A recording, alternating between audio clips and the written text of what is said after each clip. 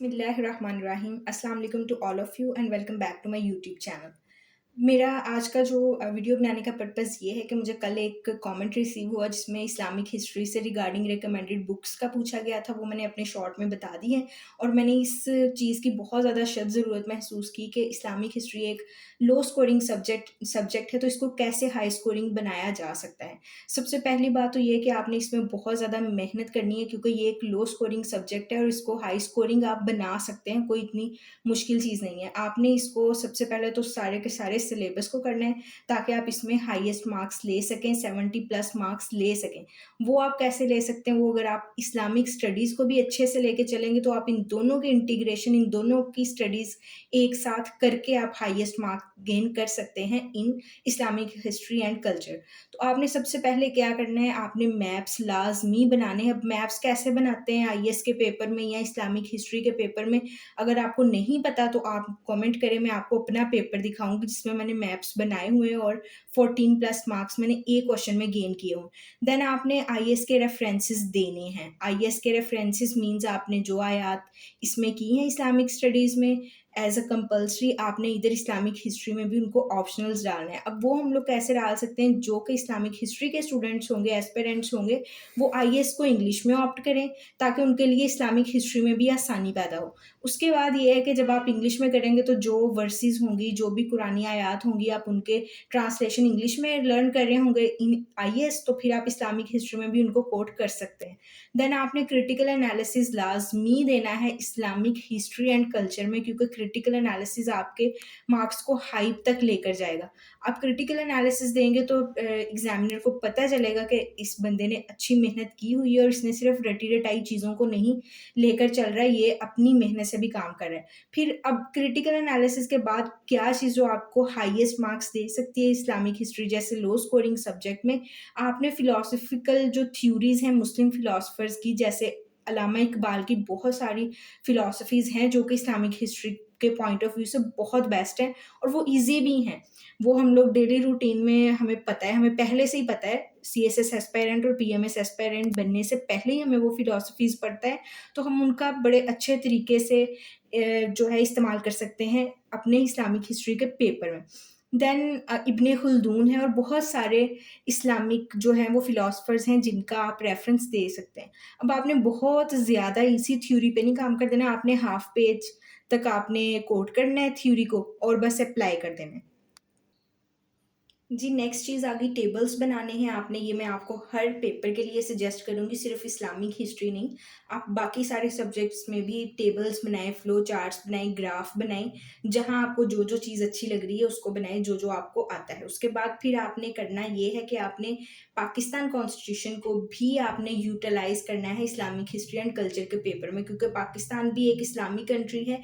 अब उसकी क्या रिफ़ॉर्म्स हैं, क्या पाकिस्तान कर रहा है, ये अलग मैटर है कि ये इस्लामिक कंट्री बस बज़ाहिर नज़र ही आता है नहीं, लेकिन आपने इसके कॉन्स्टिट्यूशन को इसके अंदर लिखना है, इस्लामिक हिस्ट्री एंड कल्चर के पेपर में करना है आपने इसको इंक्लूड। आप इसके आर्टिकल्स इसको पहले तो रीड आउट करें सारे के सारे पाकिस्तान के कॉन्स्टिट्यूशन को, फिर जो आपको आर्टिकल लगते हैं ये इम्पोर्टेंट है, बल्कि मैं नेक्स्ट अपने लेक्चर्स में बताऊँगी भी कि कौन-कौन से हम लोग यूटिलाइज़ कर सकते हैं। 280 आर्टिकल्स हैं, 280 तो नो डाउट हम लोग नहीं लर्न कर सकते, लेकिन हमने अंदर से इम्पॉर्टेंट 10-12 कर लेने और वही हमने हर पेपर में अकॉर्डिंग टू सिचुएशन हमने एडजस्ट कर देने। फिर उसके बाद सबसे इम्पॉर्टेंट चीज़ आ गई कि आपने ट्रीटी ऑफ मदीना, मिसाके मदीना जो कि पहला दस्तूर था, आपने उसके आर्टिकल्स लर्न कर लेने हैं एज़ इट इज़, कि ये आर्टिकल 56 है, ये आर्टिकल दिस है, आपने उसको कोट करना है अपने पेपर में, इस्लामिक हिस्ट्री के पेपर में। आप उसको आईएएस के पेपर में भी कर सकते हैं, लेकिन वो तो हम लोग तब करेंगे ना जब हम लोग मदीना से रिलेटेड कोई क्वेश्चन आएगा।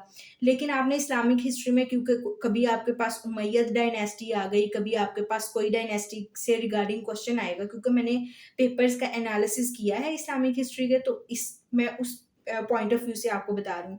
तो आपने ट्रीटी ऑफ मदीना का जो पहला दस्तूर है, आपने उसके आर्टिकल्स लर्न करके उसको इस्लामिक हिस्ट्री के पेपर में करना है यूटिलाइज़। अब कैसे करना है? According to situation of question के लिहाज से आपने करना है।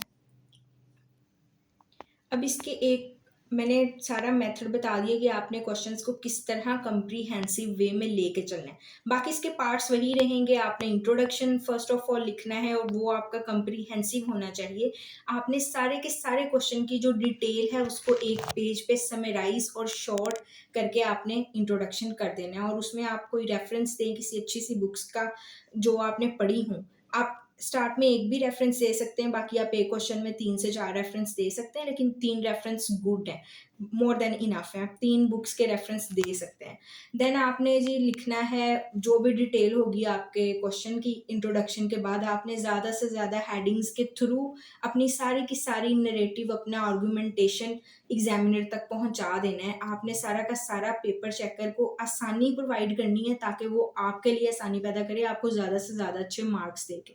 फिर आपने ज़्यादा से ज़्यादा हेडिंग्स बना ली, अगर तो किसी प्रॉब्लम का वहाँ ज़िक्र है तो आप वे फॉरवर्ड लिखेंगे इस्लामिक हिस्ट्री में भी, लेकिन कैसे? अब वे फॉरवर्ड इस्लामिक हिस्ट्री का क्या होगा as compare to other compulsory subjects, वो ये होगा कि आपने कुरानी अहादीस के ज़रिए से सॉल्यूशन बताने हैं, आपने अहादीस के ज़रिए से सॉल्यूशन बताना है, आपने कुरानी आयात के ज़रिए से सॉल्यूशन बताना है, आपने बाकी अपने से भी कोई पॉसिबल सॉल्यूशन बता सकते हैं, लेकिन ये इस्लामिक हिस्ट्री है तो आप उस तरफ जाएँगे तो ज़्यादा अच्छे मार्क्स मिलेंगे। उसके बाद आपने जी कंक्लूजन लिख देना है। आपने अपने सारे क्वेश्चन को रैप अप करके, सारे आंसर को रैप अप करके बड़ा अच्छा-सा सॉल्यूशन बताते हुए अपने क्वेश्चन को वाइंड अप कर देना है। अब ये हैं टेक्निक्स जो कि आप यूज़ करते हुए इस्लामिक हिस्ट्री एंड कल्चर जैसे लो स्कोरिंग सब्जेक्ट को भी हाई स्कोरिंग बना सकते हैं। और लास्ट चीज़ आ गई कि आपने ज़्यादा से ज़्यादा लेंथी क्वेश्चन लिखना है और अपनी प्रैक्टिस कर लें। अभी बहुत ज़्यादा टाइम है 2026 की अटेम्प्ट में, तो आप अपनी प्रैक्टिस करें। अब जिस तरह ये वाला सब्जेक्ट है, इसको तो आपको ज़्यादा से ज़्यादा टाइम देना पड़ेगा और आपको ज़्यादा से ज़्यादा रिटन प्रैक्टिस करनी पड़ेगी ताकि पेपर में आपके पास टाइम मैनेज हो जाए और आप अच्छी परफॉर्मेंस दे सकें बगैर किसी प्रेशर के। अगर आप डेली का एक क्वेश्चन करते हैं तो आप बहुत अच्छा पेपर अटेम्प्ट कर सकते हैं सीएसएस के एग्जामिनेशन हॉल में बैठ के। तो आप लाजमी अभी से डेली का एक पेपर जो है, चाहे वो पास्ट पेपर आप ले लें, चाहे वो आप अपने से कोई क्वेश्चन करना चाह रहे हैं कि ये क्वेश्चन को मैं इस तरह लेके चलता हूँ, तो आप अपने से भी क्वेश्चन बना सकते हैं, आप पास्ट पेपर से भी कोई क्वेश्चन उठा के उसको एनालिसिस दे सकते हैं और अपना पेपर को जो है अच्छे से कंप्रीहेंड कर सकते हैं। अब नेक्स्ट चीज़ ये आ गई कि हमने कैसे चैट जीपीटी, डीप सीक को इस्तेमाल करते हुए अपनी फैक्ट बुक बनानी है। तो अगर आप मैं ये आपको नेक्स्ट वीडियो में बताऊँगी, अगर मुझे इस वीडियो पे 1000 शेयर्स मिलते हैं और सब्सक्राइबर्स मिलते हैं, तो आप ज़्यादा से ज़्यादा लाइक करें, कमेंट करें और शेयर करें इस वीडियो को। फिर मैं आपको बताऊँगी कि हम लोग चैट जीपीटी को यूज़ करते हुए, डीप सीक को यूज़ करते हुए कैसे अपनी फैक्ट बुक बना सकते हैं खुद से। तो आप मुझे कमेंट करते रहें। Thank you so much and अल्लाह हाफ़िज़।